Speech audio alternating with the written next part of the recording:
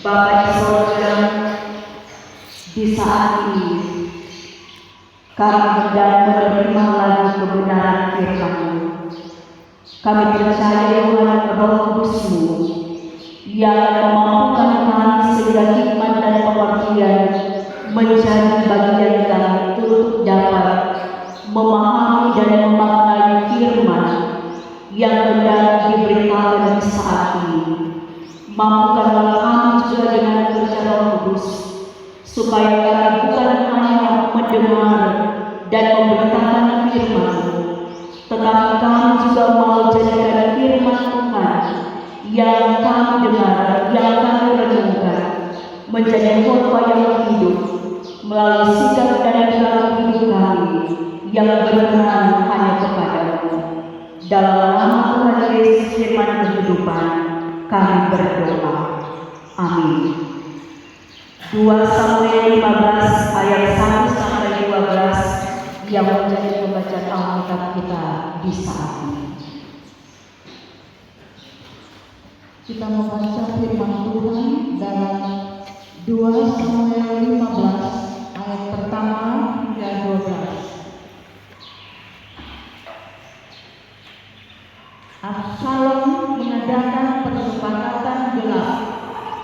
Sesudah itu Absalom menyediakan baginya sebuah kereta serta kuda dan 50 orang yang berlari di depannya.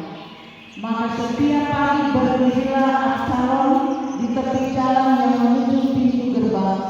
Setiap orang mempunyai perkara dan yang mau masuk menghadap raja untuk diadili perkaranya. Orang itu dipanggil Absalom dan ditanyai, "Dari kota manakah engkau?" Apabila ia menjawab, "Hamba-Mu ini datang dari suku Israel anu."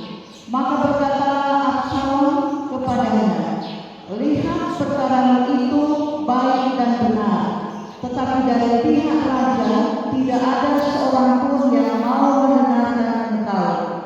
Lagi kata Absalom, "Sekiranya aku diangkat menjadi hakim di negeri ini, maka setiap orang yang mempunyai perkara atau pertikaian hukum boleh datang kepadaku, dan aku akan menyelesaikan perkaranya dengan adil.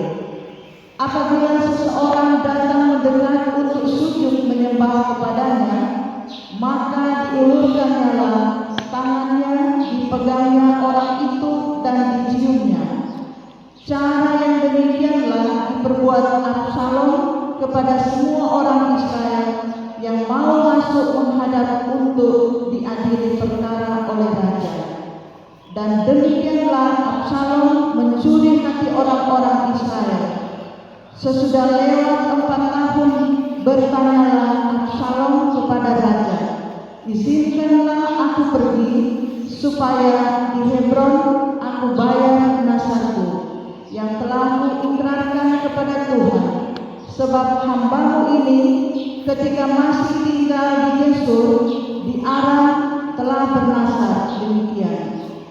Jika Tuhan sungguh-sungguh memulangkan aku ke Yerusalem, maka aku akan beribadah kepada Tuhan." Lalu berkatalah raja kepadanya, "Pergilah dengan selamat." Maka berkemaslah Absalom dan pergi ke Hebron.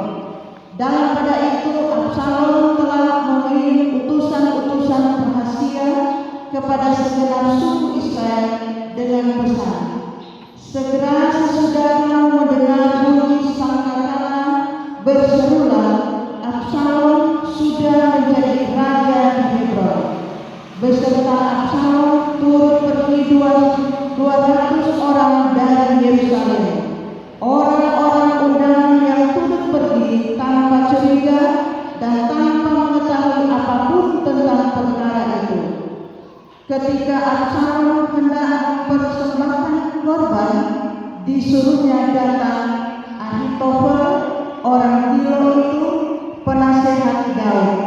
Dari Gilo kotanya. Demikianlah persepakatan gelap itu menjadi kuat dan makin